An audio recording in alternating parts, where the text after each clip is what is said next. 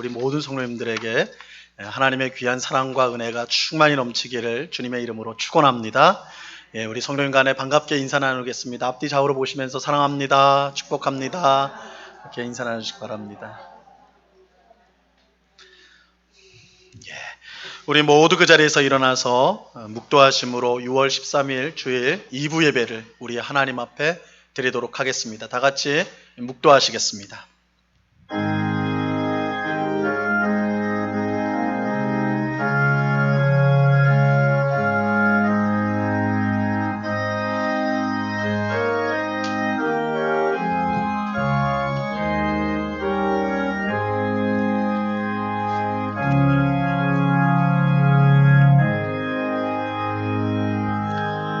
나는 항상 소망을 품고 주를 더욱더욱 찬송하리이다.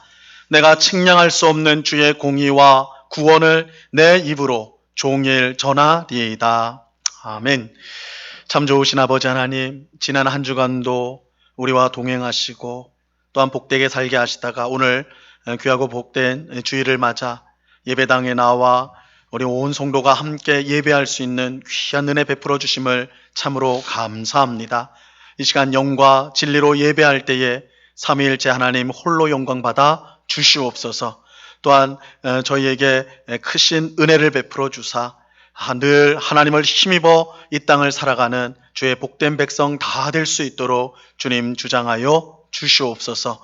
이 시간 우리의 모든 더럽고 추악한 죄악을 주님 앞에 고백하오니 십자가 보혈로 깨끗이 씻어 주시옵소서.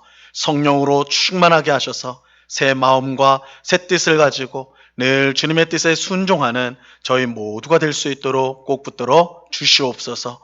이 시간 여러 가지 세상의 염려와 근심을 가지고 나온 주의 백성들이 있다면 다 하나님 앞에 믿음으로 맡기게 하옵시며 우리 앞서 행하시며 우리에게 승리가 되시고 또한 우리를 지켜보호하시는 하나님이심을 우리가 분명히 깨닫고 찬송하는 복된 시간이 될 수 있도록 인도하여 주시옵소서.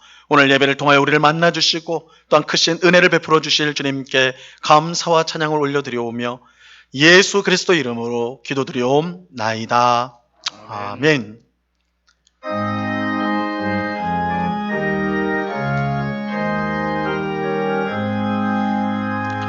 만목의 근원 하나님 온 백성 찬송 드리고 저천사여 찬송하세 찬송 성부 성자 성령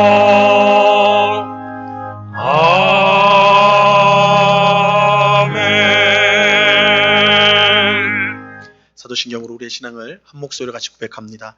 전능하사 천지를 만드신 하나님 아버지를 내가 믿사오며 그 외아들 우리 주 예수 그리스도를 믿사오니 이는 성령으로 잉태하사 동정녀 마리아에게 나시고 본디오 빌라도에게 고난을 받으사 십자가에 못 박혀 죽으시고 장사한 지 사흘 만에 죽은 자 가운데서 다시 살아나시며 하늘에 오르사 전능하신 하나님 우편에 앉아 계시다가 저리로서 산자와 죽은 자를 심판하러 오시리라. 성령을 믿사오며 거룩한 공예와 성도가 서로 교통하는 것과 죄를 사하여 주시는 것과 몸이 다시 사는 것과 영원히 사는 것을 믿사옵나이다. 아멘. 우리 모두 그 자리에 앉도록 하겠습니다. 우리 찬송가 뒤에 있는 교독문 17번 시편 29편 말씀을 교독하도록 하겠습니다. 교독문 17번 시편 29편 말씀입니다.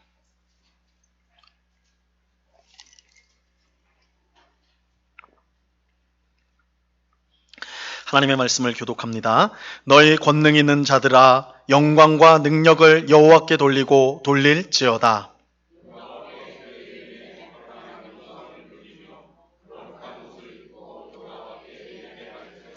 여호와의 소리가 물 위에 있도다. 영광의 하나님이 우레소리를 내시니 여호와는 많은 물 위에 계시도다.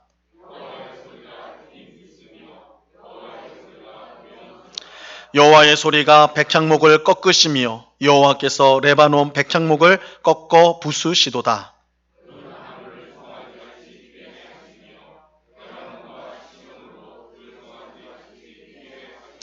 여호와의 소리가 화염을 가르시도다.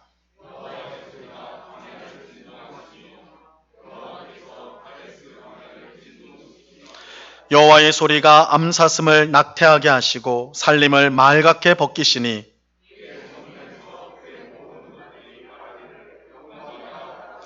여호와께서 홍수 때에 좌정하셨으며 여호와께서 영원하도록 왕으로 좌정하시도다.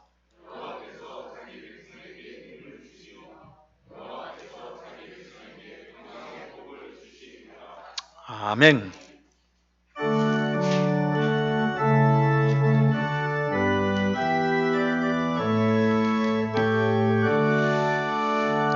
하늘에 가득 찬 영광의 하나님, 온 땅에 충만한 존귀하신 하나님, 생명과 빛으로 지혜와 권능으로 언제나 우리를 지키시는 하나님,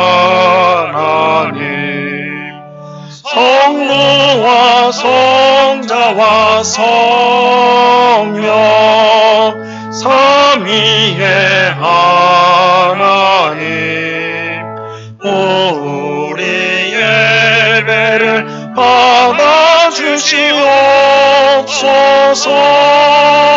사랑이 넘치는 자비하신 하나님, 은혜가 풍성한 구원의 하나님, 자매의 심령에 평안을 주시옵고 죄악과 오물을 용서하여 주소서.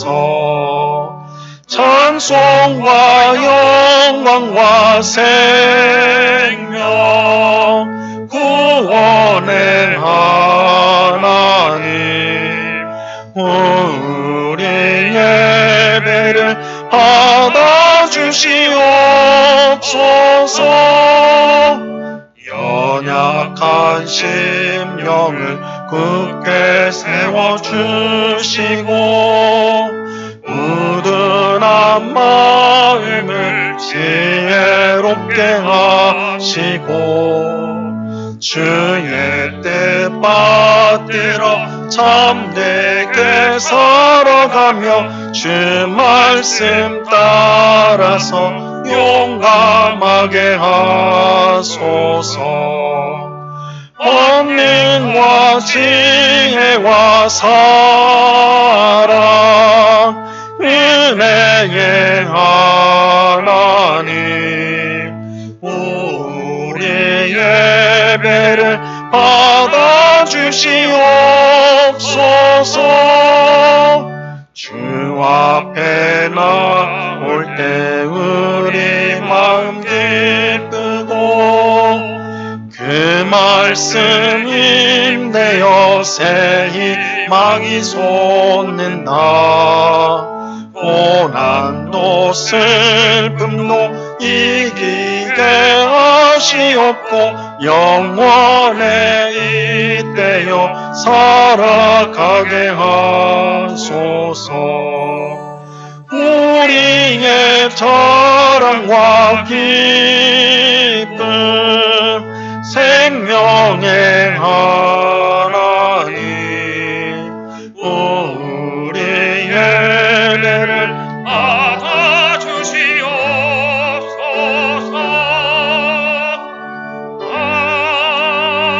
아멘.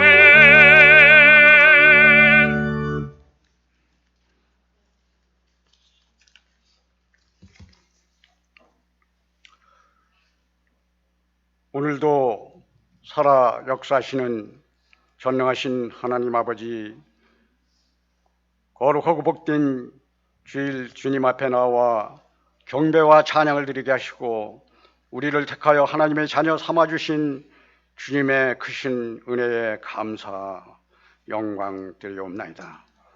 지난 한 주간 말씀과 기도에 힘쓰지 못하고 주님 뜻대로 살지 못한 저희들의 허물을 용서하여 주시옵소서. 이 시간 저희들의 몸과 마음을 주님의 보혈로 정결케 하여 주옵시고 온전한 마음으로 주님 앞에 예배 드리게 하시옵기를 간절히 기도하옵나이다. 나라의 주인이시며 역사의 주관자이신 하나님 아버지, 호국 보훈의 달 6월을 맞이하여 우리나라를 긍휼히 여기셔서 하나님을 찬양하고 예배하는 나라가 되게 하여 주시옵소서. 이 나라와 민족이 주님만을 높이는 거룩한 나라 되게 하옵시고 온 나라가 평안하여 백성들이 꿈을 갖고 살아갈 수 있도록 경제와 사회가 안정되게 도와주시옵소서. 대통령을 비롯하여 모든 위정자들과 지도자들이 하나님을 경외하고 주님의 선하신 뜻을 따라 치리하게 하시옵소서. 기도하는 하나님의 사람을 많이 세워주시고 성령으로 하나가 되어 하나님의 선하시고 기뻐하시고 온전하신 뜻이 이루어지는 나라가 되게 하여 주시옵소서. 우리의 다음 세대 주일학교를 위하여 기도합나이다.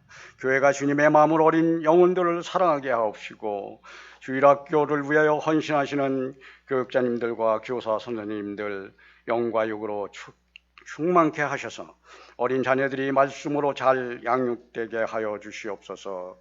하나님 아버지, 지금 이 시간에도 육체적으로 정신적으로 고통받는 성도님들을 살펴주시고 위로하여 주시옵소서. 이 모든 것을 주님께 맡기고 간과하오니 심령마다 만나주시고 참 자유함을 얻고 온전히 회복되어 감사함으로 주님께 찬양 돌릴 수 있도록 축복하여 주시옵소서. 하나님의 귀한 말씀을 전해주실 담임 목사님에게 강건함과 성령 충만함을 부어주셔서 우리 모두의 심령에 변화되고 치유되는 놀라운 은혜의 말씀 되게 하시옵기를 기도하고 원하옵나이다. 주님께 아름다운 찬양으로 영광 돌리는 호산나 찬양대의 찬양을 기쁘게 받아 주옵시고 오직 주님만이 영광 받으시는 예배가 되기를 간절히 바라오며 이 모든 말씀을 거룩하신 우리 주 예수 그리스도의 이름으로 기도하옵나이다. 아멘.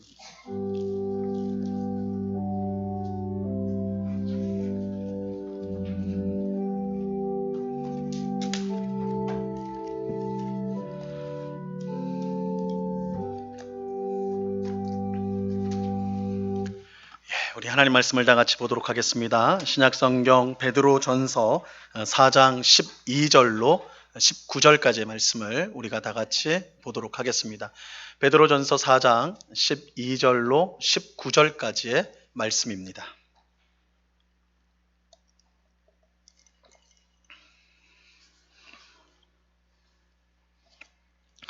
베드로전서 4장 12절로 19절까지의 말씀, 이 시간 하나님께서 우리에게 주시는 말씀입니다. 하나님의 말씀을 들으시기를 바랍니다. 사랑하는 자들아, 너희를 연단하려고 오는 불시험을 이상한 일 당하는 것 같이 이상히 여기지 말고 오히려 너희가 그리스도의 고난에 참여하는 것으로 즐거워하라. 이는 그의 영광을 나타내실 때에 너희로 즐거워하고 기뻐하게 하려 함이라. 너희가 그리스도의 이름으로 치욕을 당하면 복 있는 자로다. 영광의 영 곧 하나님의 영이 너희 위에 계심이라. 너희 중에 누구든지 살인이나 도둑질이나 악행이나 남의 일을 간섭하는 자로 고난을 받지 말려니와 만일 그리스도인으로 고난을 받으면 부끄러워하지 말고 도리어 그 이름으로 하나님께 영광을 돌리라. 하나님의 집에서 심판을 시작할 때가 되었나니 만일 우리에게 먼저 하면 하나님의 복음을 순종하지 아니하는 자들의 그 마지막은 어떠하며 또 의인이 겨우 구원을 받으면 경건하지 아니하는 자와 죄인은 어디에 서리요. 그러므로 하나님의 뜻대로 고난을 받는 자들은 또한 선을 행하는 가운데에 그 영혼을 미쁘신 창조주께 의탁할지어다. 아멘. 이 시간 호산나 성가대 찬양으로 하나님께 영광을 돌리겠습니다.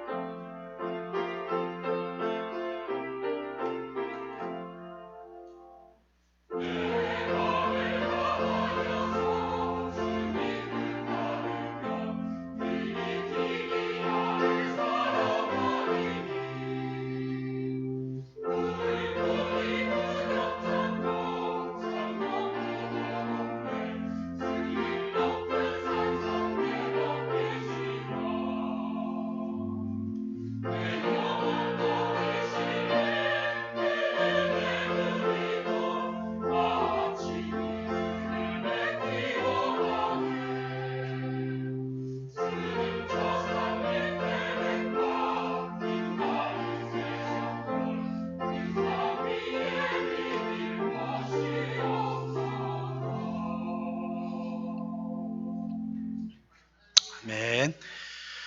하나님께서 찬양을 기쁘게 받으신 줄 믿습니다. 지금 우리가 살펴보고 있는 이 베드로 전서는 성도가 누구인지를 강조하고 있죠. 성도는 누구라고 했습니까? 삼위일체 하나님께 택함을 받아 하나님 나라를 향해 나아가는 나그네다, 이렇게 베드로 전서는 강조를 하고 있어요. 그런데 우리가 이제 주목해야 될 단어가 나그네라는 단어입니다. 이 베드로 전서는 성도를 나그네라고 강조를 하고 있습니다. 나그네. 이 나그네는 어떤 사람입니까? 쉽게 말하면 목적지를 향해 여행하고 있는 사람입니다. 이 목적지를 향해 계속해서 움직이는 사람을 나그네라고 합니다. 그래서 목적지에 이미 도착을 했거나 혹은 어느 한 곳에 머물러 가지고 사는 사람을 나그네라고 부르지 않습니다.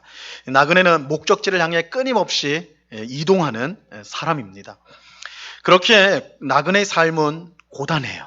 나그네의 삶은 고단할 수밖에 없습니다. 집이 없기 때문에 잠도 제대로 자지 못하고 먹을 것도 제대로 먹지 못할 때가 많습니다.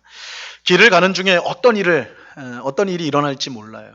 그래서 사기꾼을 만나가지고 가지고 있던 것을 다 빼앗길 수도 있고, 강도를 만나서 이를 위기에 처할 수도 있습니다. 또 어떤 경우에는 우리를 유혹하는 사람을 만나서 전혀 엉뚱한, 내가 가야 될 목적지와는 전혀 다른 엉뚱한 곳으로 이끌려 갈 때도 있습니다.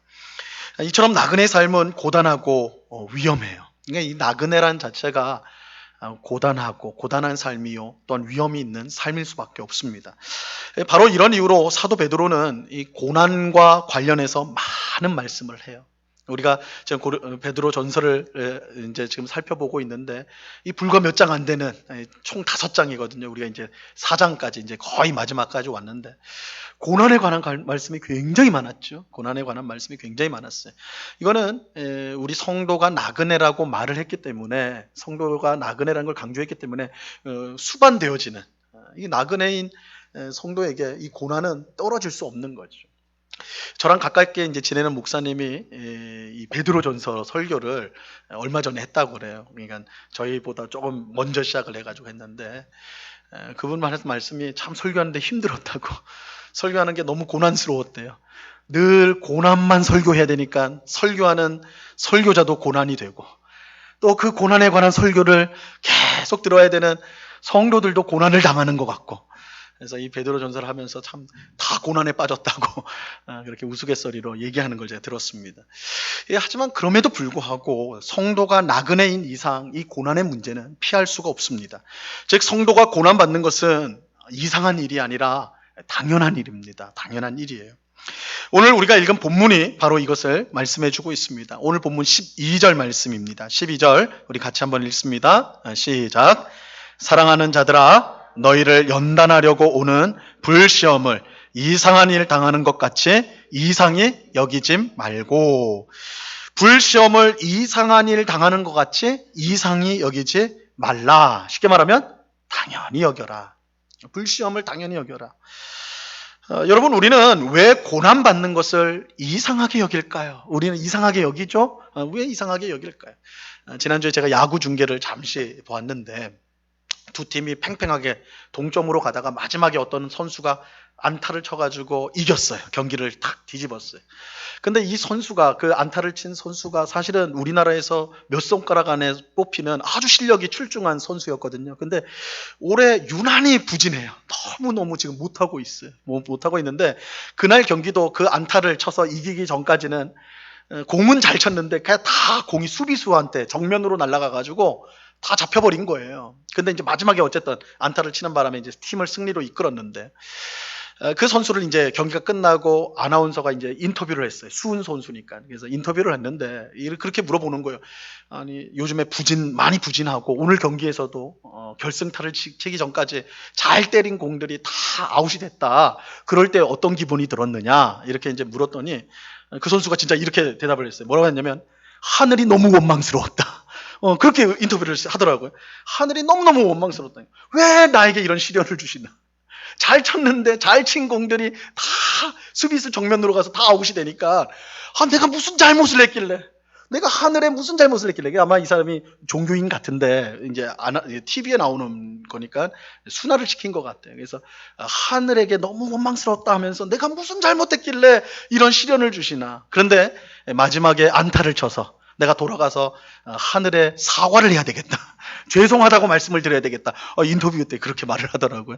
그래서 보통 인터뷰 때 이런 말 하는 거 아닐 것 같은데. 그래서 굉장히 인상이 남았어요. 이 성도 중 많은 사람이 고난에 관해서 이 선수와 비슷한 생각을 가지고 있어요. 내가 무슨 잘못을 했길래 이런 고난이 오는가. 다시 말하면 고난을 받지 않는 것이 당연한 건데 이게 우리가 전제예요. 우리 삶은 고난이 없어야 돼. 그런데 고난이 왔단 말이에요. 아니, 내가 무슨 잘못을 했길래, 무슨 내가 이렇게 고난받을 만한 일을 했길래 이런 일이 생기는가. 하나님을 믿는데 왜 고난을 받아야 되는가? 내가 특별히 죄를 짓지 않았는데 왜 이렇게 나는 힘들게 살아야 되는가? 하나님께서 항상 함께 하신다고 했는데 왜 내 인생은 하는 일마다 이렇게 꼬여져 있는가? 우리는 평안한 삶을 정상이라고 생각을 하고 고난받는 삶을 비정상, 이상한 일이라고 생각을 하죠. 그래가지고 이 베드로전서 읽는 게 힘들어요. 우리 생각과는 정반대로 말씀하고 있기 때문에 그런 것이죠. 여러분, 사도 베드로가 뭐라고 말씀합니까? 불시험을 이상한 일 당하는 것처럼 이상하게 여기지 말라. 당연한 거다. 성도에게 고난은 당연한 거다. 이렇게 말씀하는 거예요. 오히려 성도에게 고난이 없는 게 이상하다. 이 전제를 완전히 우리 바꿔버리는 거예요. 그죠? 우리는 편안한 삶이 당연한 거고 거기에 이제 고난이 들어왔을 때 이상하다 이런데 지금 베드로의 관점은 정달라요. 고난받는 거 당연한 거고 오히려 고난이 없으면 이상한 거 아니냐 이렇게 돼버리는 거예요. 그죠? 그러니까 우리가 이제 이것을 받아들이지 않으면 이 베드로 전서는 참 어려운 성경이에요. 여러분, 하나님 나라를 향해 가는 나그네인 우리는 고난을 이상하게 여기지 말고 당연히 여겨야 합니다. 세상 사람들처럼 고난을 받을 때마다 당황해하면서 하나님을 원망해서는 안 돼요. 하나님은 우리를 구원하면서 이제부터 너희에게 고난은 없을 것이다. 이렇게 약속하신 적이 없습니다. 그렇게 약속한 적 없어요. 여러분, 우리는 어느 때부터인가 예수님을 믿기만 하면 만사형통이라고 그렇게 생각을 하고 말하기 시작을 했어요. 이게 어느 때부터 그렇게 되었어요. 그래서 우리가 전도할 때도 쉽게 할 때는 이렇잖아요. 예수 믿으면 만사형통합니다. 다 잘 됩니다. 힘든 거 다 풀립니다. 뭐 이렇게 전도할 때 그렇게 말하지 않습니까? 물론 이것은 거짓말은 아니에요. 예수님을 믿으면 우리가 구원을 받는데 우리에게 주어지는 구원에는 하나님 나라, 천국에 들어가는 것뿐만 아니라 이 땅에서 가지고 있는 모든 어려운 문제로부터의 구원도 포함되어 있어요. 그래서 예수님을 믿으면 실제로 병이 낫고 또 깨진 가정이 화목하게 되기도 하고 망가진 사람이 온전한 사람으로 변화되는 그런 역사가 일어나죠. 분명 하나님이 주시는 구원에는 이런 은혜와 역사가 있습니다. 하지만 그렇다고 해서 예수를 믿기만 하면 만사형통인 것은 아닙니다. 예수님을 믿는 것이 모든 고난에서 어려움에서 우리를 구해주는 것은 아니라는 거예요. 사실 성경 어디에 봐도 예수님을 믿고 난 후에는 고난이 사라진다라고 말씀하지 않습니다. 여러분 혹시 있으면 제가 몰라서 그러는 거니까 찾아와서 저한테 갖다 줘 보시라고요. 성경을 아무리 봐도 예수 믿으면 고난은 싹 사라진다 이런 말씀 없습니다. 오히려 반대되는 말씀이 있죠. 있어요. 예수 믿으면 고난이 온다. 이 말씀은 성경에 많이 나옵니다. 예수님 자신이 그렇게 말씀하셨어요. 마태복음 5장 11절 말씀에 보면 이렇게 말씀합니다. 나로 말미암아 너희를 욕하고 박해하고 거짓으로 너희를 거슬러 모든 악한 말을 할 때에는 너희에게 복이 있나니. 예수님은 나 때문에 욕먹고 박해를 당하고 악한 말을 들을 때 너희에게 복이 있다 말씀하셨어요. 무슨 말이에요? 예수님을 믿고 난 후에도 나 때문에 고난을 받는다 그러니까 예수님을 믿고 난 후에도 이런 고난이 있다 분명히 밝힌 거죠. 실제로 초대교회의 생생한 역사가 기록된 사도행전에 보면 예수님을 잘 믿으면 믿을수록 고난 또한 더 많이 찾아온다는 것을 확인할 수가 있어요. 예수님의 수제자이면서 초대교회를 이끌었던 베드로는 복음을 전했다는 이유, 그거 죄가 되는 거 아닌데 그 이유만으로 감옥에 갇히게 되었어요. 12제자 중 한 명이었던 야고보는 심지어 처형을 당하게 돼요. 죽었어요. 목배임을 당했습니다. 예수 믿는 것 때문에. 예루살렘 교회도 처음에는 폭발적인 성장을 하고 너무 그 복음의 능력, 은혜 때문에 너무너무 사람들도 모여들면서 너무너무 행복하게 신앙생활을 했는데 대대적인 핍박이 임하여가지고 다 흩어지게 되죠. 그래서 오히려 이제 복음이 세계로 퍼지는 그런 긍정적인 것도 있었지만 어쨌든 예루살렘 교회는 완전 핍박으로 완전 초토화가 돼버리는 그런 일이 발생합니다. 그래서 사도 바울은 아예 이렇게 말씀을 했어요. 디모데후서 4장 12절 말씀입니다. 이 말씀 같이 한번 읽어봅니다. 시작. 무릇 그리스도 예수 안에서 경건하게 살고자 하는 자는 박해를 받으리라. 예수 안에서 경건하게 살고자 하는 자, 예수님을 잘 믿으려고 하는 사람에게는 뭐가 따라온다고요? 복이 따라온다. 이러면 얼마나 좋아요. 그렇죠? 다 잘 된다. 이게 우리가 보통 기대하는 거고 생각하는 건데 사도 바울은 뭐라고 그래요? 박해를 받으리라. 고난이 온다. 이렇게 말씀해요. 여러분, 성경은 성도에게 고난은 이상한 것이 아니라 당연한 것이라고 말씀을 해요. 고난은 어떤 특별한 이유가 있어야 주어지는 것이 아닙니다. 하나님 나라를 향해 가는 나그네의 삶 속에 당연히 들어있는 거예요. 그러니까 이게 우리가 고난에 대한 관점을 좀 새롭게 생각을 해야 돼. 고난은 특별한 사건이 아니라 나그네이기 때문에, 우리가 천국을 향해 나아가는 나그네이기 때문에 이 나그네의 삶 속에 자리 잡고 있는 게 고난이에요. 고난의 현실이란 말이에요. 그래서 이상하게 들릴지 모르겠지만 성도에게 고난이 없다면 그것이 더 큰 문제일 수 있는 거예요. 왜냐하면 나그네 길은 고난의 길인데 고난이 없다면 이 길이 잘못됐든지, 그죠? 우리가 지금 엉뚱한 데로 가고 있는지 그렇지도 모르는 것이죠. 그게 더 큰 문제라고. 나그네인 우리 성도는 고난을 당연한 것으로 받아들여야 합니다. 오늘 사도 베드로의 말씀처럼 고난을 이상한 일 당하는 것 같이 이상하게 여겨서는 안 됩니다. 하지만 그럼에도 불구하고 우리 머리를 떠나지 않는 의문이 있습니다. 고난은 당연한 것이다. 이렇게 말씀을 드리면 그래, 뭐 그래야 되겠구나, 그렇게 받아야 되겠구나 생각도 들지만 한편으로는 떠오르는 의문, 사라지지 않는 의문이 있어요. 이것은 왜라는 거예요. 왜 고난을 받아야 되느냐? 왜 고난을 받아야 되느냐? 사실 우리가 고난을 받을 때 우리를 가장 괴롭히는 것이 왜라는 질문입니다. 뭐 이런 일이 있으면 안 되겠지만 제가 남의 것을 훔쳤단 말이에요. 남의 것을 훔쳤어요. 근데 그게 발각이 됐어요. 그래서 경찰이 와서 체포해 갑니다. 체포해서 재판을 받아서 저를 감옥에 집어넣어요. 여러분, 감옥에 들어가는 건 고난이 있죠. 근데 제가 양심이 있는 사람이기 때문에 이 감옥에 들어갔을 때 그 고난 받을 때 어떻게 생각하겠습니까? 당연히 여기겠죠. 내가 왜 그런 잘못을 해가지고 죄를 져가지고 이렇게 되겠죠. 그런데 제가 아무 잘못한 게 없어요. 나는 아무 잘못 없어요. 그냥 교회 집 이렇게 살았단 말이에요. 근데 어느 날 갑자기 경찰이 오더니 저를 체포해 가는 거예요. 그래서 재판에 넘겨가지고 감옥에 집어넣어 버렸네요. 근데 이유를 말해주질 않아. 내가 왜 감옥에 들어가야 되는지 이유를 말해주지 않아. 그렇다면 이 감옥에 들어간 고난도 고난이지만 사실은 내가 왜 이런 어려움을 당해야 되는가? 거기에 이제 그게 너무 괴로운 것이 되는 것이죠. 마찬가지로 우리 삶 속에 내가 갑자기 중병에 걸린다거나, 직장에서 잘 다니던 직장에서 해고되거나, 사랑하는 사람이 죽었을 때에 그 고난을 받아내는 게 너무 어려워요. 힘든 일이라고요.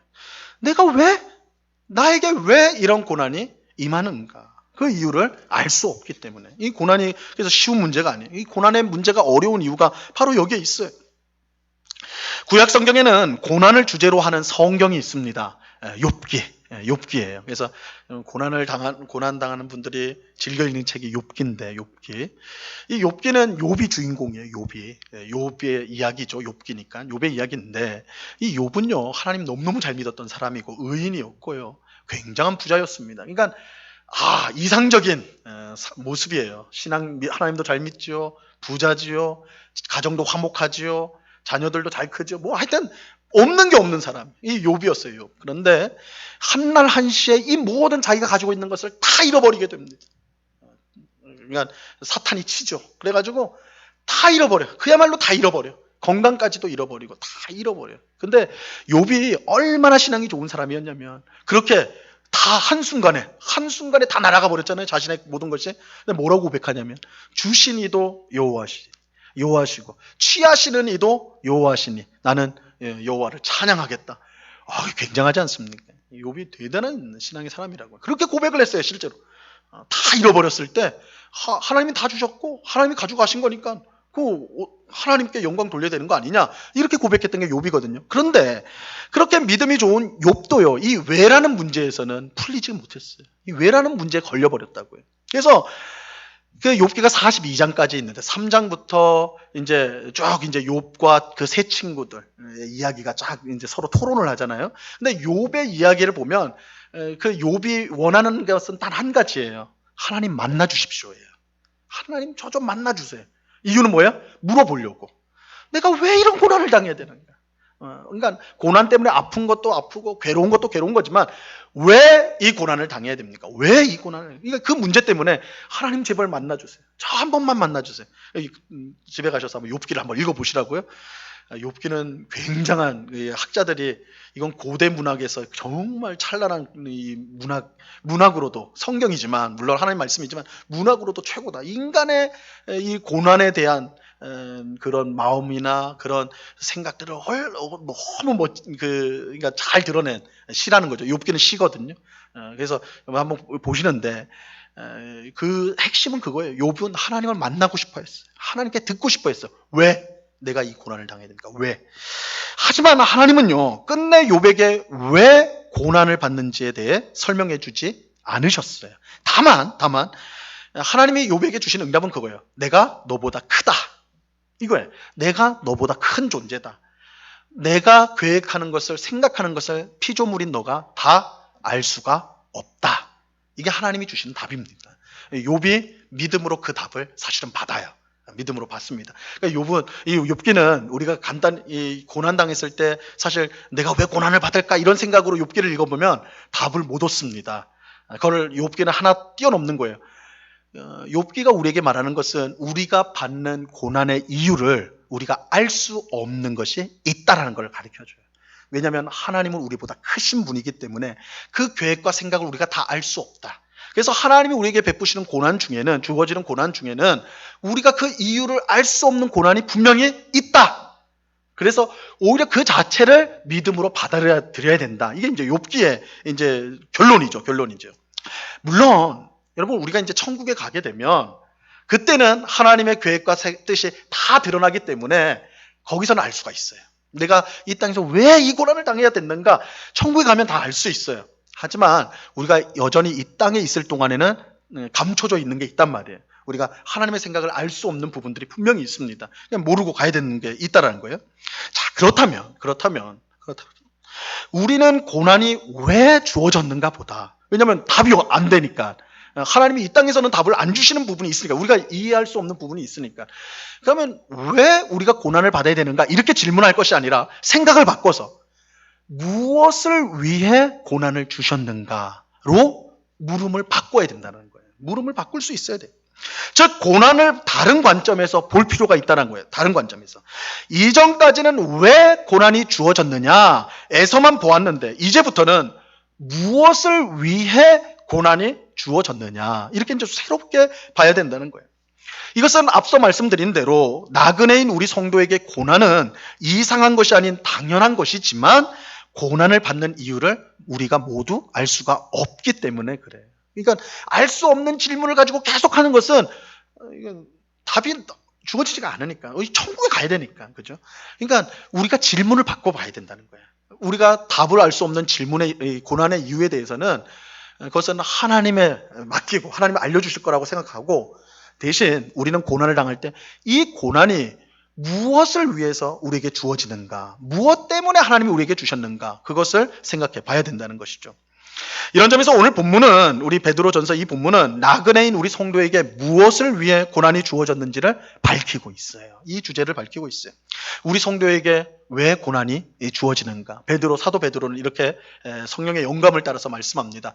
우리를 고난으로 연단하여서 하나님의 영광에 합당한 사람으로 만들기 위해서다. 고난이 왜 우리에게 주는가? 무엇을 위해 주어지는가? 우리를 연단하여 하나님의 영광에 합당한 사람으로 만들기 위해서 고난이 주어진다는 것이에요. 오늘 본문 12절에 보면 너희를 연단하려고 오는 불시험, 이렇게 말씀하고 있죠. 연단하기 위함이에요. 연단한다. 여러분 금 좋아하시죠? 뜬금없이 금 얘기를 돈이 더 좋으신가요? 하여튼 금 좋아하잖아요. 금 좋아하는데 금 중에서 금도 종류가 많은데 가장 비싼 금이 순금 아닙니까? 순금 아무것도 없는 거. 14K, 18K는 이거 합금이잖아요, 그죠? 그래서 가치가 떨어지는 거고 순금이 제일 비싼 거란 말이에요, 순금. 근데 여러분 순금을 어떻게 얻어냅니까? 이제 금을 캐러 가면 돌 같은 거 부수면서 그거 보면 그냥 순금이 나오는 게 아니라 돌 안에 금도 있고 뭐 여러 가지 막 있는 거예요. 그죠? 그 원석을 캐가지고 금 원석을 캐가지고 어떤 과정을 통해 순금을 추출해내는 겁니다. 근데 그 과정이 이제 여러 가지가 있다고 그래요. 뭐 화학 물질을 통해 가지고 걸러내는 방법도 있고 현대에는 그렇게 쓴다는데 오래전에는요 순금을 어떻게 했느냐? 우리가 잘 아는 것처럼 용광로 뜨거운 불에다가요 그 금 원석을 집어넣는 거예요. 그냥 집어넣으면 어떻게 됩니까? 금을 감싸고 있던 그 불순물들이 다 타버리는 거죠. 뜨거운 불에 다 타버리게 되는 거예요. 그럼 금만 남는 거예요. 근데 금도 녹아요. 그죠? 너무 뜨거우니까 금도 녹는단 말이에요. 그럼 그 녹은 금을 따로 분리해가지고 그걸 식혀가지고 순금을 만들어내는.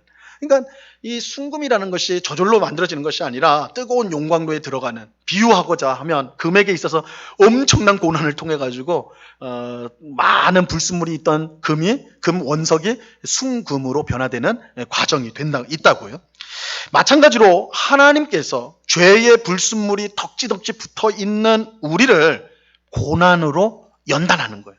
마치 이 용광로죠. 불같은 용광로. 그래서 우리가 시험을 불과 같은 시험, 사도 베드로도 불과 같다 이 표현을 하잖아요. 비슷한 연상을 할 수가 있는 거예요. 그래서 그런 불같은 시험을 통해 우리를 연단해야 하는 거예요. 근데 하나님께서 이처럼 고난으로 우리를 연단하는 이유는 하나님의 영광에 합당한 사람으로 만들기 위해서예요. 오늘 본문에 몇 번이고 반복되는 단어가 있는데 여러분 성경을 읽을 때마다 반복되는 단어들이 나온 건 중요하다는 뜻이에요. 그죠? 그래서 반복되는 거는 동그라미를 치든 밑줄을 긋든 그렇게 하면 필요가 있는데 오늘 본문에도 반복되는 단어가 있어요. 영광이라는 단어예요. 영광. 13절 말씀해 보세요. 13절. 오히려 너희가 그리스도의 고난에 참여한 것으로 즐거워하라. 이는 그의 영광을 나타내실 때에 너희로 즐거워하고 기뻐하게 하려 함이라. 빨간 줄로 표시를 해드렸어요. 고난이라는 말하고 영광이란 말이 등장하죠. 그리스도의 고난에 참여하는 것, 그리고 영광이 나타날 때 고난과 영광이 나와요. 자, 이어지는 14절에 보면 너희가 그리스도의 이름으로 치욕을 당하면, 이 치욕이라는 것도 고난이죠. 치욕을 당하면 복 있는 자로다. 왜요? 영광의 영, 곧 하나님의 영이 너희 위에 계심이라. 성령이 너희 위에 있다. 이 표현을 영광의 영, 이 영광이라는 말을 일부러 지금 끌어오고 있는 거예요. 영광. 그래서 치욕을 당하는 것, 고난과 영광을 연결시키고 있어요. 자, 16절도 보세요. 16절. 이 말씀은 같이 한번 읽어봅니다. 시작. 만일 그리스도인으로 고난을 받으면 부끄러워하지 말고 도리어 그 이름으로 하나님께 영광을 돌리라. 여기서도 마찬가지죠. 고난을 받으면 뒤에 뭐라고요? 하나님께 영광을 돌리라. 고난과 영광을 연결시키고 있어요. 방금 말씀드린 세 구절 모두 고난과 영광이 연결되어 있습니다. 여러분, 고난이 이처럼 영광과 깊은 관련이 있다는 사실을 이전에 알고 계셨습니까? 사실 쉽지 않았을 거라고요. 쉽게 그렇게 생각할 수가 없어요. 오히려 우리는 고난과 영광을 정반대의 개념으로 생각하죠. 고난이 있으면 영광이 없는 거고 영광이 있으면 고난이 없다라는 뜻으로 우리는 생각할 것입니다. 하지만 성경은 분명 고난과 영광을 연결시키고 있어요. 그러니까 세상 사람들이 생각하는 영광, 고난 차원이 달라요. 그러니까 우리는 성경에 나오는 개념으로 새롭게 할 필요가 있어요. 전제를 새롭게 할 필요가 있어요. 고난과 영광은 연결된 거예요. 분리되고 반대되는 게 아니라 아주 긴밀하게 연결되어 있어요.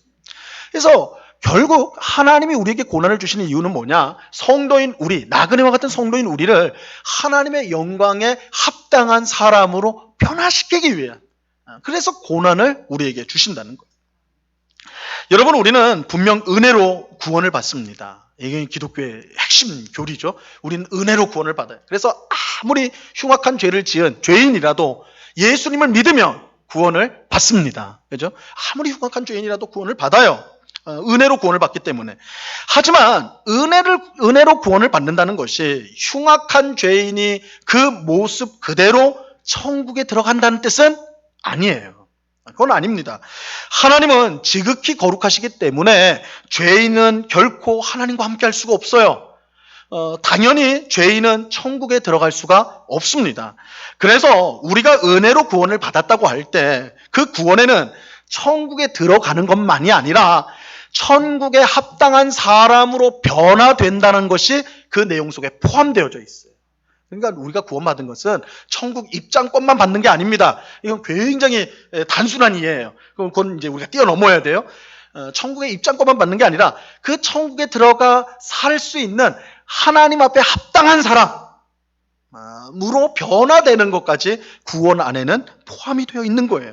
이것을 다르게 표현하면 하나님의 영광에 합당한 사람이 되는 것, 이것이 구원의 내용에 포함되어 있다는 거예요.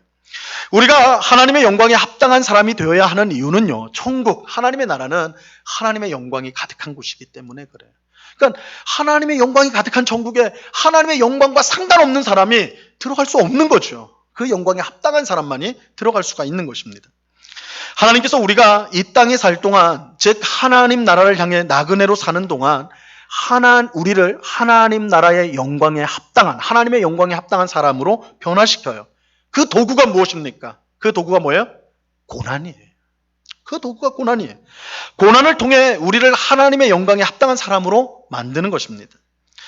이런 점에서 고난은 분명 우리에게 유익한 거예요. 그러니까 이 세상 사람들에게 생각할 수 없는 관점이죠. 생각이죠. 세상 사람들이 고난이 유익하다, 이건 말이 안 되는 거죠. 고난은 피해야 되는 것이고 없어야 되는 것이죠. 근데 성경은 고난은 유익한 것이다. 유익한 것이다. 그래서 사도 베드로가 뭐라고까지 말하냐면, 오늘 본문에서 고난을 당할 때에 슬퍼하거나 절망하지 말고 뭐 하라고요? 즐거워하라. 세상 사람들 볼 때는 기가 막힌 말이죠. 무슨 소리냐? 고난을 당하면 어떻게 즐거워하느냐? 그 정신이 이상한 거 아니냐? 왜 우리는 고난을 즐거워할 수 있습니까? 고난 그 자체가 어떤 결과가 아니라 도구기 때문에. 무슨 도구요? 우리를 하나님 나라에 들어가서 하나님의 영광에 합당한 사람으로 변화시키는 도구, 유일한 도구가 고난이기 때문에. 그러니까 우리가 고난을 받는다는 것은 하나님께서 우리를 자신의 영광에 합당한 사람으로 바꾸고 있다는, 변화시키고 있다는 증거인 거예요. 그래서 즐거워하라는 거예요. 그래서 즐거워하라는 거예요. 베드로는 심지어 고난을 받는 사람이 복된 사람이라고까지 말을 해요. 14절에 보면 그리스도의 이름으로 치욕을 당하면 복 있는 자로다. 복 있는 자로다. 고난을 받음으로 우리가 하나님의 영광에 합당한 자로 변화되기 때문에 우리는 고난을 받을 때 그래서 즐거워해야 돼요. 왜냐하면 그 고난으로 우리가 연단이 되어서 하나님의 영광에 합당한 사람으로 변화되기 때문입니다. 고난은 그래서 우리에게 복인 거예요.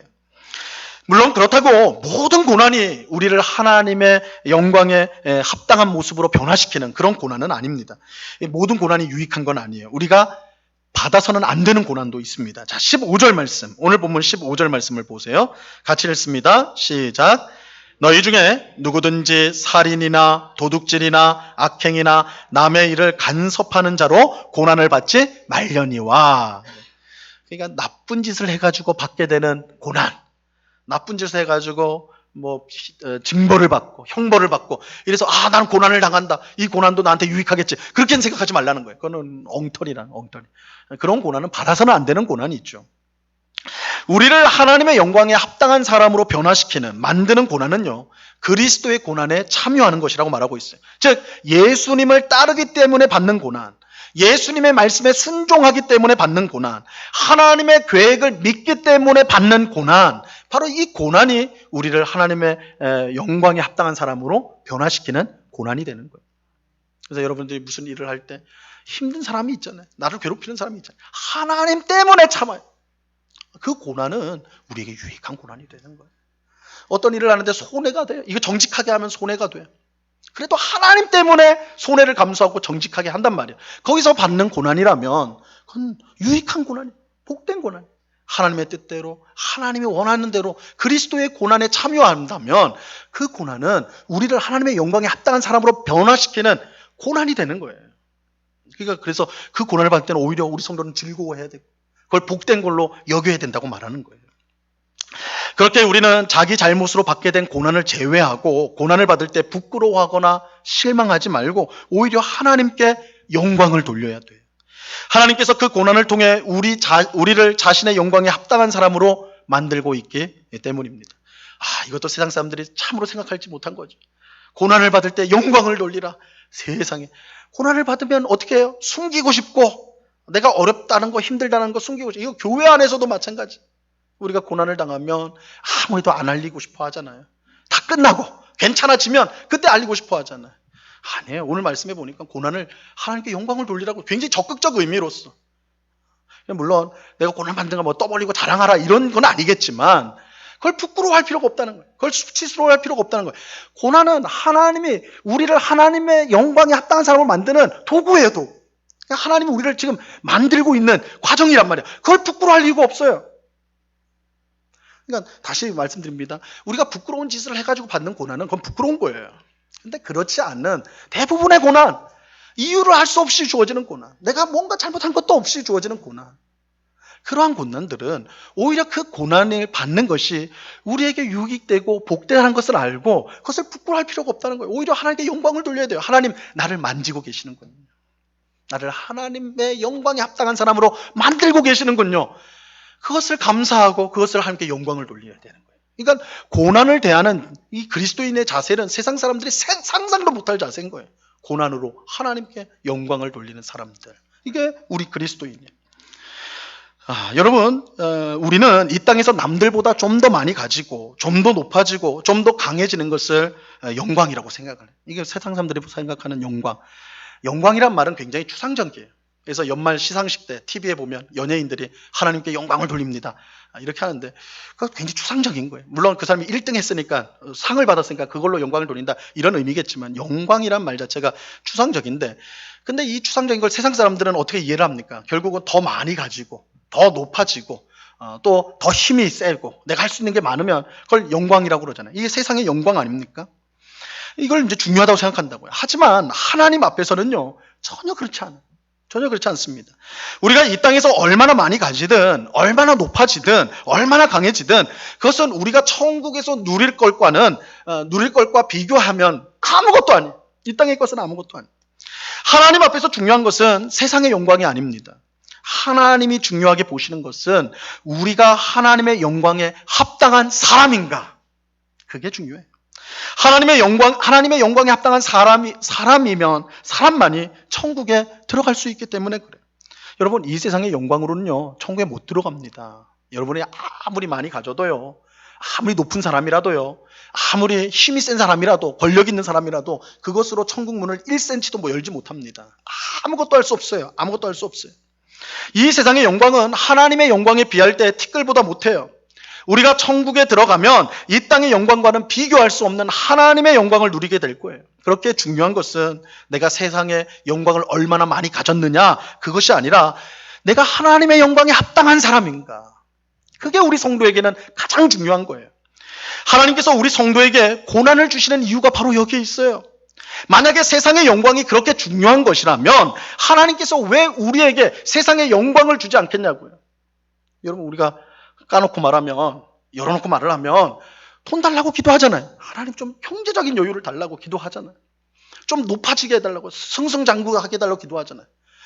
좀 할 수 있는 게 많게 해달라고, 능력 좀 달라고 그렇게 기도하잖아요. 그런데 잘 안 되잖아요. 안 들어주시죠. 물론 잘 들어준 분도 있겠지만 대부분은 잘 안 들어주잖아요. 그게 우리 고백 아닙니까? 막 답답한 거 아니겠어요? 그냥 그 세상의 영광을 좀 달라고 하는데 주시는 건 뭐예요? 고난을 주세요. 고난을. 다 주지 말라는 고난은 끊임없이 주시고 세상의 영광은 맛도 못 보게 하시고, 그죠? 그렇게 하신다고요. 근데 왜 그럴까? 만약에 세상의 영광이 우리에게 그렇게 중요한 거라면, 우리가 생각하는 만큼 실제로 그것이 중요한 거다면 하나님이 왜 그거 주지 않을까요? 여러분, 그렇게 한번 생각해 보지 않았어요? 그게 중요하다면 왜 주지 않을까요? 여러분, 하나님이 돈이 없어가지고 우리한테 안 줄까요? 하나님이 권세가 없어서 우리에게 권세 안 주실까요? 아니잖아요. 하나님 모든 거 갖고 있잖아요. 하나님 얼마든지 주실 수 있잖아요. 왜 안 주실까요? 중요한 게 아니라서 그런 거예요. 그럼 고난을 왜 주실까요? 받기를 원치 않는데 왜 고난은 끊임없이 줄까요? 고난이 중요하기 때문에 그래요. 고난만이 우리를 하나님의 영광에 합당한 사람으로 만들 수 있기 때문에. 만약에 세상의 영광, 돈이요, 권력이요, 사람이요, 그것이 우리를 하나님의 영광에 합당한 사람으로 만들 수 있다면 하나님 그거 주셨을 거라고요. 근데 아니거든요. 그걸로는 만들 수 없거든요.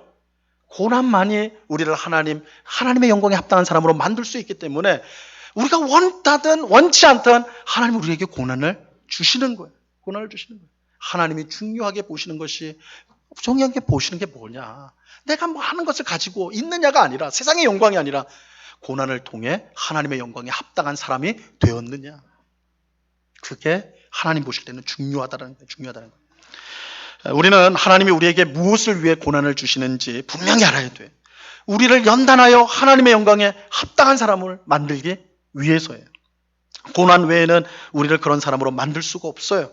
그러므로 우리는 고난을 당연한 것으로 여길 뿐만 아니라 고난받을 때 그것을 즐거워할 수 있어야 돼요. 물론 고난받는 자체가 즐거운 일은 아니죠. 하지만 우리는 그 고난의 목적을 알기 때문에, 그 고난이 우리 속에서 이룰 일들을 알고 있기 때문에, 믿기 때문에 사도 베드로의 말처럼 우리가 즐거워하고 그것을 복된 일로 여길 수가 있는 것입니다. 고난이 주는 놀라운 유익과 은혜가 있기 때문에 우리가 그것을 기꺼이 받을 수가 있는 것이죠.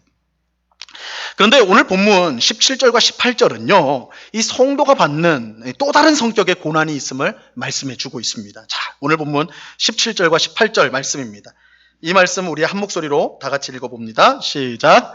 하나님의 집에서 심판을 시작할 때가 되었나니 만일 우리에게 먼저 하면 하나님의 복음을 순종하지 아니하는 자들의 그 마지막은 어떠하며, 또 의인이 겨우 구원을 받으면 경건하지 아니하는 자와 죄인은 어디에 서리요. 자, 이 말씀은 이해하기가 쉽지가 않은 말씀이에요. 사실은 이해하기가 쉽지 않은 말씀인데, 이 앞에 있는 말씀과 바로 이어서 이해를 해버리면 이 말씀 이해하기가 굉장히 꼬여버립니다. 왜 그러냐면 하나님의 심판이 시작된다 이 말씀하는데, 하나님의 심판이 어디서부터 시작이 된다고 말씀하고 있어요? 어디서부터 시작됩니까? 어디서 시작된다고요? 하나님의 집에서 시작이 된다고 그러잖아요. 여러분, 하나님의 집이 뭐예요? 교회. 옛날 같으면 이제 성전이라고 했겠지만, 이제는 성전된 예수 그리스도를 믿는 성도들이 하나님의 집, 하나님의 가족, 하나님의 성전이죠. 그러니까 교회를 말하는 거예요, 교회를. 여러분, 교회도 하나님께서 심판하신다는 사실을 여러분 아셨습니까? 알고 계셨어요? 하나님의 교회를 심판하세요. 오늘 말씀에 그렇게 되어 있잖아요. 그죠? 오늘 말씀에 보면 하나님의 집에서 심판이 시작된다. 그러니까 교회도 심판을 받아요. 교회도 심판을 받아요. 그러니까 이 말씀을 이해하기가 어려운 거예요. 아니, 교회가 왜 심판을 받지? 하나님을 믿는 사람들 이렇게 모였는데 왜 심판을 받지? 이해하기가 쉽지 않아요. 하지만 이 교회에서 시작되는 이 심판은, 하나님의 심판은요, 우리가 그 성격이 우리가 보통 생각하는 심판하고 다르다는 것을 이해해야 돼요. 하나님의 집에서 시작되는 하나님의 이 심판은 우리를 망하게 하는 심판이 아니에요. 그러니까 여러분, 우리 성도도 심판을 받습니다. 심판을 받아요. 근데 그 심판은 세상 사람 받는 심판하고 성격이 달라요. 성격이 다릅니다. 그러니까 다르다라는 생각을 해야 돼. 그럼 하나님의 심판, 교회에 임할 하나님의 심판은 어떤 효과를 일으키는가? 우리 안에 있는, 교회 안에 있는 모든 더러운 것을 깨끗하게 하고 정결하게 하는 일을 해요. 그러니까 심판을 통해서 그것들을, 우리 속에 있는 죄악된 것들을 제거한단 말이에요. 여러분, 하나님이 주시는 심판 혹은 고난에는요, 이런 효과가 있어요. 고난은, 심판은 우리를 연단하여서 하나님의 영광에 합당한 사람으로 만드는 동시에 우리 안에 있는 더러운 것과 악한 것을 깨끗하게 해요. 깨끗하게. 그래서 성도에게도 심판이 필요한 거예요. 이것은 예수를 믿는 사람에도 불구하고, 예수님을 믿어서 구원을 받고 영생을 받았음에도 불구하고 세상 사람들과 똑같이 죽는 이유이기도 해요. 여러분, 죽음은 심판 아닙니까? 죽음은 심판이에요. 그죠? 난 예수를 믿는데, 구원 받았는데, 하나님의 자녀가 됐는데, 이미 영생을 받았는데, 요한복음에 보니까 이미 영생을 받았는데 왜 나는 죽어야 되는가? 이 죽음은 성도에게 임하는 심판인데, 그러니까 이 죽음은 심판이지만 망하게 하는 것이 아니라 성도에게 남아있는 모든 죄악된 것들을 완전히 제거해버리는 그런 심판이에요. 그래서 우리의 성도는 죽음을 통과하면서 온전히 거룩한 존재가 됩니다. 영광스러운 존재가 돼요. 그러니까 성도에게 임하는 이 심판, 이 고난은 이 성격이 완전히 다른 거예요. 자, 그러면 복음에 순종하지 않는 세상 사람들에게는 어떤가? 완전히 달라요. 성격이 달라요. 그들에게 임하는 고난과 심판은요, 그들을 연단하는 게 아니에요. 그들을 하나님의 영광에 합당한 사람으로 만드는 게 아니에요. 그들을 망하게 하는 거예요. 그러니까 사실 세상 사람들에게서의 고난은 유익한 것도 아니고 기뻐해야 될 것도 아니고 즐거워야 될 것도 아니고 무조건 피해야 될 거예요. 세상 사람들이 지금 생각하는 그대로예요. 고난 받지 말아야 돼요. 도망가야 돼요. 숨어야 된다고요. 왜요? 망하게 하는 고난이고 망하게 하는 심판이기 때문에. 그러니까 하나님이 주시는 고난이 똑같은데 세상 사람들이나 우리 성도나 똑같아요. 그래서 이게 우리 성도의 딜레마죠. 저 믿지 않는 자들도 심판받는 건 맞는데, 고난 당하는 건 맞는데 왜 우리도 똑같은 고난을 당해야 되나? 어떤 참사가 일어났을 때 수명의 사람이 죽었어요. 그럴 때 예수 안 믿는 사람만 죽었으면 우리가 이해가 되겠는데 그 안에는 예수 잘 믿는 사람들 들어가 있단 말이에요. 그러니까 우리가 잘 이해가 안 되는 거죠. 왜 하나님은 예수 믿는 사람은 보호해줘야지, 지켜줘야지, 왜 똑같이 죽게 하는가? 세상 사람하고 똑같은 거 아닌가? 근데 그 안의 내용을 보면 겉은 똑같은데, 심판이고 고난은 똑같은데 그 안의 내용은 완전히 다르다는 거예요. 세상 사람들은 멸망이고 심판이지만 예수 믿는 우리에게 그 심판과 고난은 우리를 연단하여 하나님의 영광에 합당한 사람으로 만드는 것이요, 또한 우리 속에 있는 모든 죄된 것, 악한 것들을 제거하기 위한 고난과 심판이 된다는 거예요. 하나님으로부터 오는 똑같은 것이지만 성격은 완전히 다르는 거예요. 그러므로 사도 베드로는 이제 이렇게 결론을 내립니다. 19절 말씀, 오늘 본문 19절입니다. 같이 읽습니다. 시작. 그러므로 하나님의 뜻대로 고난을 받는 자들은 또한 선을 행하는 가운데에 그 영혼을 미쁘신 창조주께 의탁할지어다. 성도는 고난을 이상한 것으로 여기는 것이 아니라 당연히 여겨야 돼요. 하나님의 뜻대로 고난이 주어지기 때문에 그래요. 또 고난받을 때 당황하거나 절망하지 말고 오히려 적극적으로 선을 행하며, 그냥 고난을 당할 때 그냥 가만히 있어라 이것도 아니에요. 베드로는 뭐라고? 선을 행해라. 선을 행하라. 굉장히 적극적인 자세죠. 하나님의 뜻대로 살아. 고난을 받을 때 고난은 너를 하나님이 만들고 있는 과정이니까 그것을 더 촉진시키기 위해서 더 하나님의 뜻대로 살려고 해. 우리는 고난 당할 때 보통 어떻게 합니까? 원망하고 한숨 쉬고 나 이제 기도 안 할래요. 나 교회 안 나갈래요. 뭐 이렇게 하는데 사도 베드로는 거꾸로 해요. 더 열심히 나가. 더 열심히 기도해. 더 열심히 말씀 듣고 더 열심히 이웃을 사랑하고 그렇게 하라는 거예요. 그게 우리가 받는 고난에 대한 합당한 모습이에요. 고난이 그런 성격이니까. 우리를 그렇게 만들어가는 성격이니까. 그래서 선을 행하면서 우리의 모든 삶을 영원히 변치 않으시는, 이게 미쁘신이라는 뜻이거든요. 영원히 변치 않으시는 하나님께 우리의 생명, 이건 삶을 말해요. 우리의 모든 삶을 맡겨야 된다. 맡겨라. 이렇게 말씀하는 거예요. 고난은 우리를 통제불능의 상황으로 몰아가요. 통제불능의 상황. 우리가 평안할 때는요, 어떤 착각을 하게 되냐면 내 힘으로 다 될 것처럼 생각을 해요. 그죠? 일이 잘 돼요. 내가 소원했던 게 잘 이루어져요. 인생은 내가 노력하면 되는구나.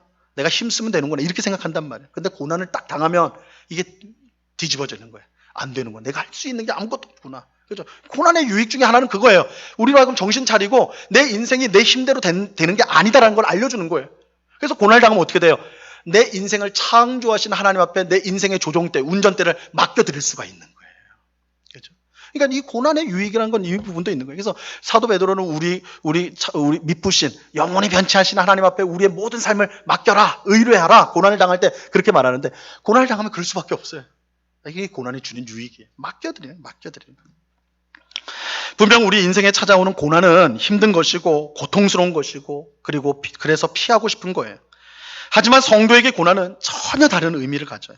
고난은 성도에게 당연한 것이고 성도를 연단하여 하나님의 영광에 합당한 사람으로 만드는 것이에요. 고난은 성도와 교회를 모든 더러운 것으로부터 깨끗하게 만듭니다. 그렇게 우리는 고난을 즐거워할 줄 알아야 돼요. 고난을 받을 때 하나님께 영광을 돌릴 줄 알아야 돼요. 고난은 수치스러운 게 아니에요. 부끄러운 게 아니에요. 고난은 피해야만 되는 것도 아니에요.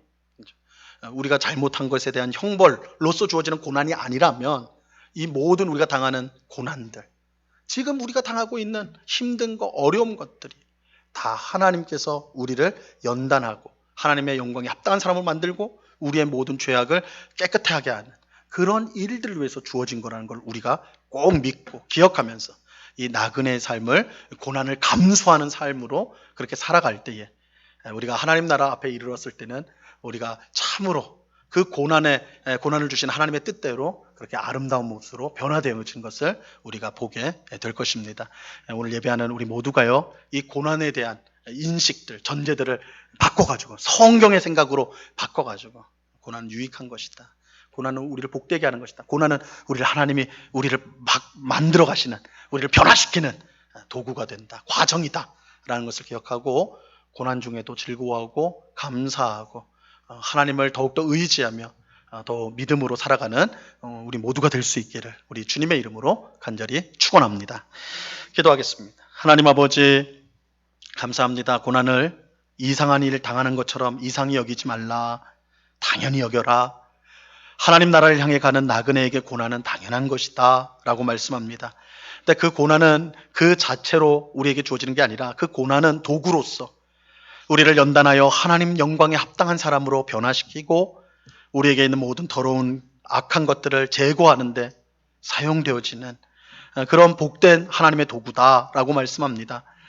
그러나 주님, 우리가 실제로 고난을 당할 때는 이런 생각이 안 나고 그저 빨리 피하고 싶고 도망가고 싶고 편안해지기를 원하는 마음밖에 없는 우리들입니다. 그런 저희들을 불쌍히 여겨주셔서 오늘 말씀을 우리 마음에 새기게 하여 주셔서 고난 시에 이 말씀이 우리에게 힘이 되고 고난 시에 이 말씀으로 말미암아 우리가 고난을 능히 이겨내는 그 고난을 통해 주시는 유익을, 복을 풍성히 받는, 그래서 이 나그네 길을 더욱더 힘있게 주님 앞에 맡겨드리며 나아가는 주의 백성들이 다 될 수 있도록 주님 꼭 붙잡아 주시옵소서. 고난에 대한 우리의 생각이 변화되어져서 정말 이 세상 사람들이 상상할 수 없는 고난의 직면에서도 기뻐하고 감사하며 즐거워하며 묵묵히 그 인생을 살아가는 거룩한 주의 백성들 다 될 수 있도록 저희들을 붙잡아 주시옵소서. 감사하오며 예수 그리스도 이름으로 기도드리옵나이다. 아멘.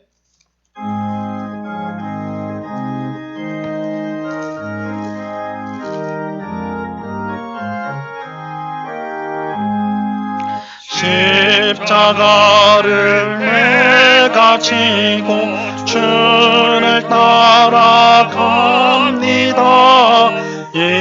이제부터 예수로만 나의 보배 삼겠네. 세상에서 부귀영화 모두 잃어버려도 주의 평안 내가 받고 영생 복을 받겠네.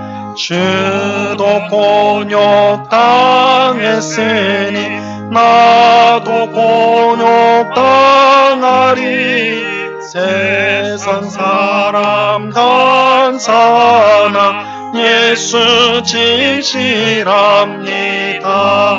예수 나를 사랑하사 빛난 얼굴 보이면 원수들이 미워해도 염려할 것 없겠네. 내가 핍박 당할 때에 주의 품에 안기고 세상 고초 당할수록 많은 위로 받겠네. 주가 주신 기쁨에 기뻐할 것 무엇냐. 주가 나를 사랑하니 기뻐할 것뿐일세. 아멘. 하나님께 감사를 드립니다. 강도사고시를 하나님의 은혜로 합격하게 하심에 감사하며 하나님을 사랑하고 이웃을 사랑하는 사역자가 되게 하옵소서. 생일을 감사합니다. 주님의 은혜에 감사합니다. 범사에 감사합니다. 같이 기도하겠습니다. 하나님 아버지, 감사합니다. 지난 한 주간도 우리를 눈동자와 같이 지켜주신 주님. 주님은 언제나 신실하신 주님이십니다. 변함이 없으십니다. 그러나 우리는 언제나 변덕이 많아서 하나님을 사랑한다고 뜨겁게 고백할 때도 있지만 그 마음이 다 식어가지고 세상을 더 사랑하고 세상을 의지하며 살아갈 때가 또 많은 저희들입니다. 그런 저희들이 그래도 주님 앞에 나올 수 있는 것은 하나님의 변함이 없으시고 또한 다함이 없는 그 사랑과 은혜 때문입니다. 아버지 하나님, 우리가 주님의 그 놀라운 사랑과 그 은혜의 넓이와 깊이와 높이를 분명히 깨달아 그것으로 인하여 우리 삶 속에 힘을 얻게 하시고 세상을 따라 살지 않고 하나님의 뜻대로 살아가는 원동력으로 삼을 수 있도록 주님의 은혜와 또한 그 사랑을 날마다 깊이 경험하는 저희들 다 될 수 있도록 주님 도와 주시옵소서. 하나님 베푸신 은혜에 감사하여서 이 시간 여러 명목의 헌금을 주님 앞에 드리오니 하나님 기쁘게 받아 주시옵소서. 이 헌금이 사용되어지는 곳마다 주님의 복음이 힘있게 증거되게 하시고 어렵고 힘든 이웃들을 돕고 살리며 주님의 몸된 교회를 든든히 세우는 데 쓰여지는 귀한 헌금이 될 수 있도록 역사하여 주시옵소서. 아버지 하나님, 우리 가운데 있는 연약한 육체적으로 여러 질병과 또한 약함으로 인하여 고통하고 있는 우리 성도들이 있습니다. 병원에서 치료를 받고 있고 항암 치료를 받으며 또한 집에서 요양하고 있는 우리 성도들이 있사오니 찾아가 주시고 능력의 손으로 붙들어 주셔서 속히 그 자리에서 일어날 수 있도록 도와 주시옵소서. 아버지 하나님, 육신의 질병뿐만 아니라 마음의 여러 가지 우울증과 또한 스트레스와 또한 여러 가지 힘든 일도 말미암아 절망하고 또한 고통 속에 빠진 무기력증에 빠진 그 마음도 우리 주님께서 위로하여 주시고 능력의 손으로 붙들어 주시고 또한 세상이 알 수도 없고 줄 수도 없는 참된 평안을 그 심령 가운데 허락하여 주사 주 안에서 소망을 품고 다시 일어날 수 있도록 주님 주장하여 주시옵소서. 아버지 하나님, 그러나 우리가 약할 때에 또한 누릴 수 있는 놀라운 은혜가 있는 줄로 믿습니다. 우리가 약할 때에 강함이 되시는 하나님, 우리가 가난할 때에 부유함이 되시는 하나님, 이 모든 어려움 속에 연약함 속에 더욱더 하나님을 찾고 구하며 우리 인생의 진정한 힘이 하나님이심을 믿음으로 고백하는 주의 복된 백성들 다 될 수 있도록 주님 꼭 붙잡아 주시옵소서. 귀한 은혜로 함께 하시는 주님께 감사와 찬양을 올려드리오며 예수 그리스도 이름으로 기도드리옵나이다. 아멘. 교회 소식을 전하도록 하겠습니다. 주보 마지막 면을 봐주시기를 바랍니다. 대면 예배에 관한 내용들 참고해 주시고요. 3번 광고를 보세요. 합신총회 40주년 기념대회가 6월 14일, 내일이죠. 오늘이 6월 13일이고 내일 오후 2시에 화평교회에서 있게 됩니다. 우리 은곡교회가 속해 있는 합신, 예수교 장로회 합신 총회거든요. 그래서 총회가 40주년, 설립된 지 40주년이 돼서 기념 행사로 그렇게 진행을 하려고 합니다. 코로나 때라서 많은 성도들이 모일 수가 없어서요. 일부만 화평교회로 모이게 되고 나머지는 이제 유튜브를 통해서 방송으로 하게 됩니다. 그래서 우리가 방송으로 참여를 하면 되는데 유튜브 참여 방법이 있습니다. 유튜브에 가셔서 합신 40주년을 검색을 하시면 바로 방송을 볼 수 있는 곳으로 이제 안내가 됩니다. 그래서 이거는 이제 생방송이기 때문에 지금 들어가면 없고 내일 오후 1시 반부터 행사는 2시부터 되거든요. 그래서 1시 반부터 이제 이 유튜브를 들어가셔서 시청이 가능합니다. 이게 평일 오후 시간이라 아마 직장에 계신 성도님들은 아마 참여하기가 어려울 걸로 생각이 되어지는데 혹 기회가 되고 시간이 있는 성도님들은 굉장히 뜻깊은 행사입니다. 그래서 많이 시청해 주시고 또한 은혜를 받는 시간이 될 수 있기를 바랍니다. 우리 수요 성경 공부 안내를 드립니다. 우리 지난주까지 종교개혁의 5대 솔라라고 해서 우리 종교개혁의 핵심적인 사상들을 함께 배우는 5주 동안 배우는 시간을 가졌고요. 이번 주 수요일부터는 예수님의 이름이라는 주제를 가지고 3주간 강의를 하게 됩니다.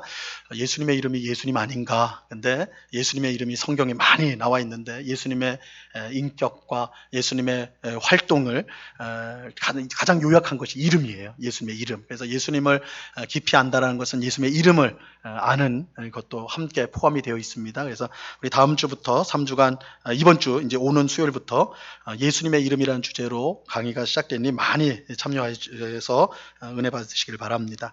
온라인 예배 헌금 안내 참고해 주시기 바라고요. 교육자 동정을 알려드립니다. 우리 유초동부를 담당하고 있는 전승훈 우리 전도사님이 지난주에 총회에서 실시한 강도사 고시에 최종 합격을 했습니다. 그래서 우리 가을 노회 때 이제 강도사 인허 허락을 받아서 1년간 강도사로 활동을 하게 되고 그 후에는 이제 목사 안수를 받을 계획 가운데 있습니다.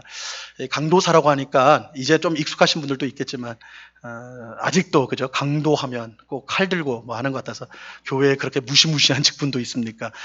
이 강도라는 것은 도를 강설한다, 설명하고 이제 설교한다 이런 뜻이에요. 그래서 강도권을 줍니다. 강도권이 뭐냐면 설교할 수 있는 권리라는 뜻이에요. 그래서 전정훈 전사님은 이제 강도권을 받아서 성도에게 설교할 수 있는 권한을 가지고 바른 해석을 할 수 있는 사람이다. 이걸 인증해 주는 겁니다. 그래서 1년간 이제 강도사로서 잘 활동하고 이제 목회자로 이제 목사로 세워지게 되는데 앞으로도 잘 세워질 수 있도록 그렇게 많이 격려해 주시고 기도해 주시기를 바랍니다. 예, 우리 모두 그 자리에서 일어나서 찬송가 620장 1절을 같이 찬양하도록 하겠습니다.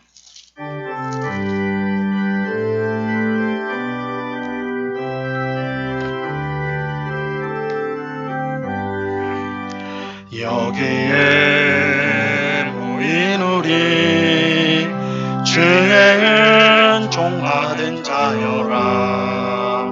주께서 이 자리에 함께 계심을 아노라. 언제나 주님만을 찬양하며 따라가리니 시험을 당할 때도 함께 계심을 믿노라. 이 믿음 너무 고세라. 주가 지켜주신 나 어둠 맘에도 주의 밝은 빛 인도하여 주신 나.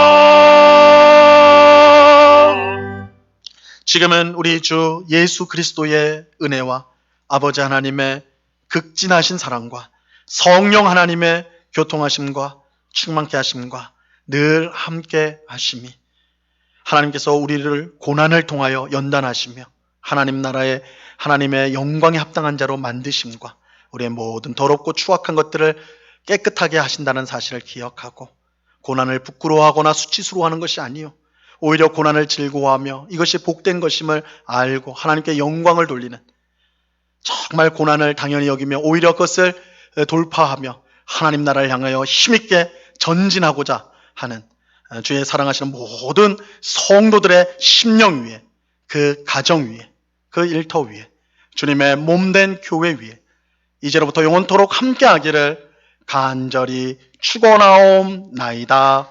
아멘.